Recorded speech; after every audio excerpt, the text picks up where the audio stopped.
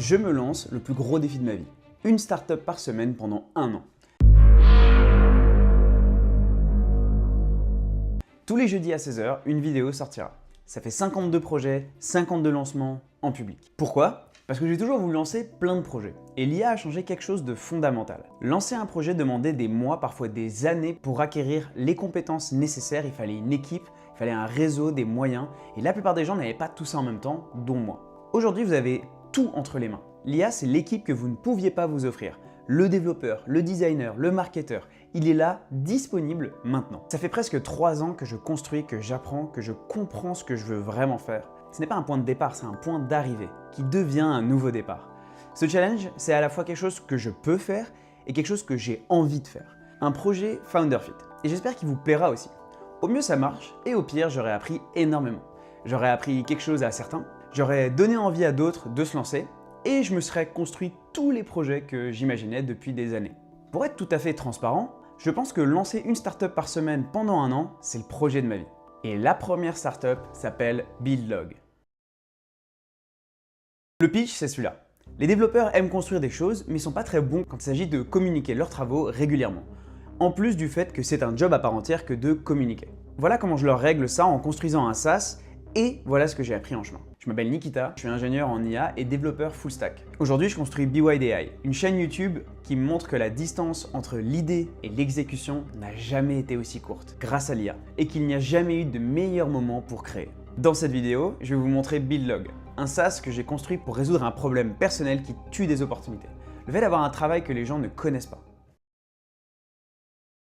Tu connais ce sentiment? Tu passes ta soirée à coder, tu règles un bug que tu cherches depuis 3 jours, tu construis quelque chose dont tu es vraiment fier, et puis, à un moment tu le résous, tu fermes l'ordi, tu ne dis rien à personne. Moi, ça fait 7 ans que j'ai ça.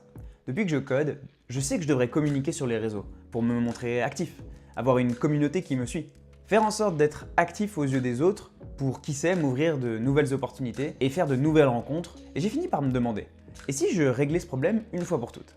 Et si je construisais un outil qui faisait ça automatiquement? Tous les soirs, il lit mes commits GitHub, il les comprend et il les poste sur LinkedIn à ma place. Ce projet s'appelle BuildLog. Et ce que j'ai appris en le construisant sur les API des réseaux, sur OAuth, sur les cron, sur l'architecture d'un SaaS, je vais vous les partager aujourd'hui. Le build-in public, c'est une idée simple. Tu construis quelque chose et tu le documentes en direct. Cette transparence te crée une audience avant même d'avoir un produit fini. Parce que tu démontres quelque chose de rare, l'authenticité et de l'honnêteté. Et c'est pas juste une tendance, c'est une stratégie business pour un founder ou un développeur indépendant. C'est comment tu construis de la crédibilité, comment tu attires des clients et comment tu trouves des investisseurs et tu crées une communauté. Mais voilà le problème que personne ne dit. La régularité et le fait de résumer tout son travail en un post, c'est pas une question de motivation. C'est un vrai boulot à part entière en fait, en plus du boulot de base. Et d'ailleurs, c'était exactement mon problème. J'avais les commits, j'avais les idées, mais entre j'ai codé et j'ai un post LinkedIn lisible, il y a une vingtaine de minutes d'efforts rédactionnels quotidiens qui tient compte de se remémorer ce qu'on a fait, de synthétiser son travail et de le rendre accessible.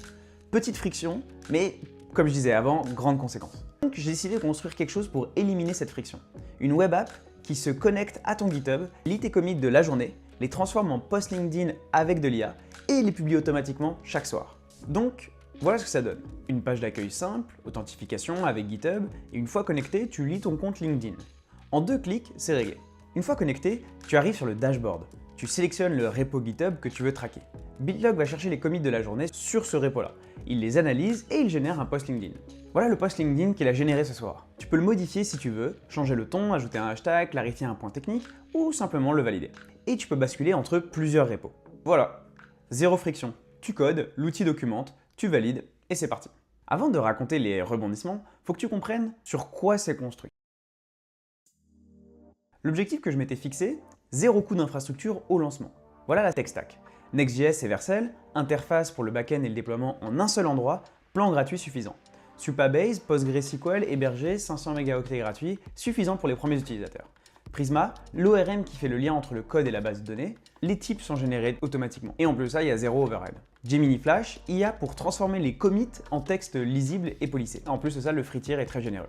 Le résultat, à 0 utilisateur, ce coût SaaS coûte 0 € par mois. Le premier seuil de coût n'apparaît qu'à un certain volume d'utilisateurs qui constitue déjà un succès et donc une capacité à autofinancer les propres coûts de ce projet. C'est une architecture qui est bootstrap assumée. Au départ, le plan c'était de poster sur LinkedIn et sur Twitter. Double visibilité pour la même quantité d'efforts. Première ligne de code, je cherche l'API Twitter et là, l'API Twitter, pardon, X, est devenue payante. Très payante. Alors oui, on paye à l'utilisation, mais je voulais déjà voir si le prototype plaisait. Donc, j'ai pris une décision de prendre LinkedIn uniquement pour la V1 et j'ai structuré l'app pour que l'ajout de X plus tard soit propre, donc c'est-à-dire juste une ligne de configuration, pas une refonte complète. C'est important de bien structurer son code. Première leçon, les contraintes externes forcent souvent de meilleures décisions de design, des décisions de design plus simples. Le fait que X soit payant m'a forcé à avoir un code plus modulaire et à prendre une décision qui soit pragmatique, qui est de ne pas coder une machine à gaz avec plein de features. Surtout au début, une feature c'est mieux pour tester le marché. Quand un utilisateur s'inscrit sur BuildLog, il y a deux choses distinctes. La première, il crée un compte, qui est l'authentification. La deuxième, il connecte son LinkedIn pour que l'app puisse poster en son nom. C'est ce qu'on appelle une intégration de service. Ces deux choses semblent similaires, mais en fait elles ne le sont pas vraiment. L'une prouve une identité, l'autre délègue une action. Du coup, j'ai utilisé NextHot pour l'authentification et j'ai construit un flux OAuth dédié pour la connexion LinkedIn to Post. C'est deux systèmes différents qui ont deux responsabilités différentes. C'est plus lourd en code, mais c'est plus safe de séparer les deux. Et en parlant de sécurité, les tokens LinkedIn expirent après 60 jours. Si je ne prévois pas ça dans le code, tous les utilisateurs se retrouveront silencieusement bloqués 2 mois après. La solution, détecter l'expiration avant qu'elle arrive. Notifier proprement avec un état clair et un bouton reconnecter votre LinkedIn. L'utilisateur ne découvre le problème que quand il se reconnecte, pas quand il essaie de poster. Le cœur de BuildLog, un cron, une tâche automatique qui tourne à heure fixe.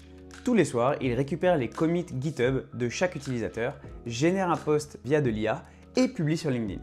Alors ça paraît simple, mais ça introduit 3 problèmes. Le problème numéro 1, le timeout. Sur Vercel Plan gratuit, une tâche automatique a maximum 10 secondes. Si tu traites les utilisateurs un par un, tu dépasses rapidement. Du coup, la solution, c'est le parallélisme. 10 utilisateurs simultanément plutôt que 10 fois une seconde. Problème numéro 2, l'isolement des erreurs. Si tu fais du parallélisme brut avec Promise All, et qu'un utilisateur a un token expiré, son erreur bloque tout le batch. La solution, Promise All Settled, plutôt que Promise All. Chaque utilisateur est totalement isolé, un token expiré n'empêche pas les 9 autres posts de partir. Problème numéro 3, l'idempotence. Si le cron tourne 2 fois d'affilée, bug, redéploiement ou pour une autre raison, l'utilisateur ne doit pas recevoir 2 posts identiques. La solution, une contrainte d'unicité en base de données.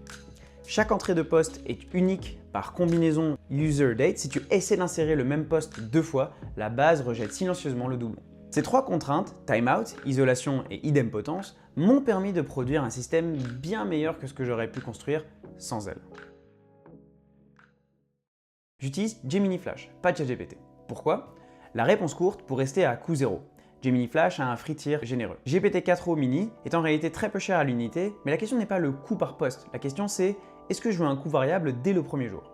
Avec Gemini, je reste prévisible. Je peux scaler jusqu'à un certain volume sans jamais débourser. Voilà ce que le projet m'a appris.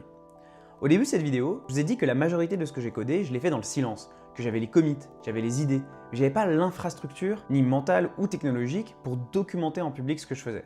BuildLog, c'était ma réponse à ce problème personnel. Mais en le construisant, j'ai découvert quelque chose de plus large. D'abord, les contraintes sont des cadeaux. À chaque fois qu'une contrainte m'a forcé à changer de plan, X payant, timeout de 10 secondes, token qui expire, j'ai fini par construire quelque chose de mieux, de plus résilient, de plus modulaire. Les limitations qu'on subit deviennent des principes de design de la version 1.0. C'est ce qui permet de rendre le produit plus lean et plus rapide à développer. Idéal pour un MVP qu'on lance pour tester son marché. Ensuite, la modularité n'est pas un luxe. La possibilité de changer de fournisseur d'IA, d'ajouter X plus tard, de switcher à un autre RM, ça me coûte presque rien à la conception. Et ça m'offre une flexibilité infinie pour scaler. La dernière chose, ce projet est lui-même un outil de build-in public. D'ailleurs, BuildLog va poster sur son propre avancement. L'outil documente l'outil. Et pour moi, c'est la meilleure des validations que d'utiliser moi-même mon propre produit. Mais pourquoi je vous raconte ça? Parce que le build-in public n'est pas juste une stratégie pour les founders. C'est une mentalité en fait. C'est dire, voilà où j'en suis, au lieu de garder tout secret jusqu'au lancement parfait. Et la friction de cette transparence, ce coût en temps, en effort et en risque, c'est ce qui tue 90% des builders.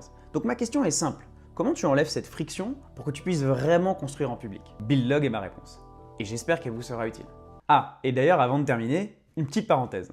Avant de mettre BuildLog en ligne, j'avais envie de vérifier sa sécurité. Vous savez, j'ai un autre projet que j'ai construit justement pour ça, pour tester la sécurité de mes apps avant de les déployer. Il s'appelle Pentester.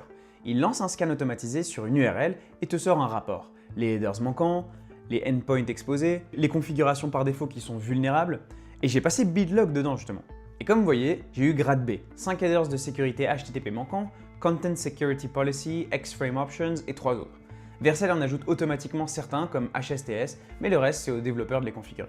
Je pourrais fixe, mais pareil, pour une première version c'est suffisant. J'avais montré comment j'avais créé Pentester juste ici. Depuis, j'ai aussi amélioré Pentester lui-même. Meilleure interface de résultats, gestion de plusieurs scans simultanés et une migration vers Railwhale qui a complètement réglé les problèmes de timeout que j'avais avec Docker, Vercel et Render comme je vous ai expliqué dans la vidéo précédente. Je voulais une analyse beaucoup plus approfondie pour apporter bien plus de valeur à mes clients.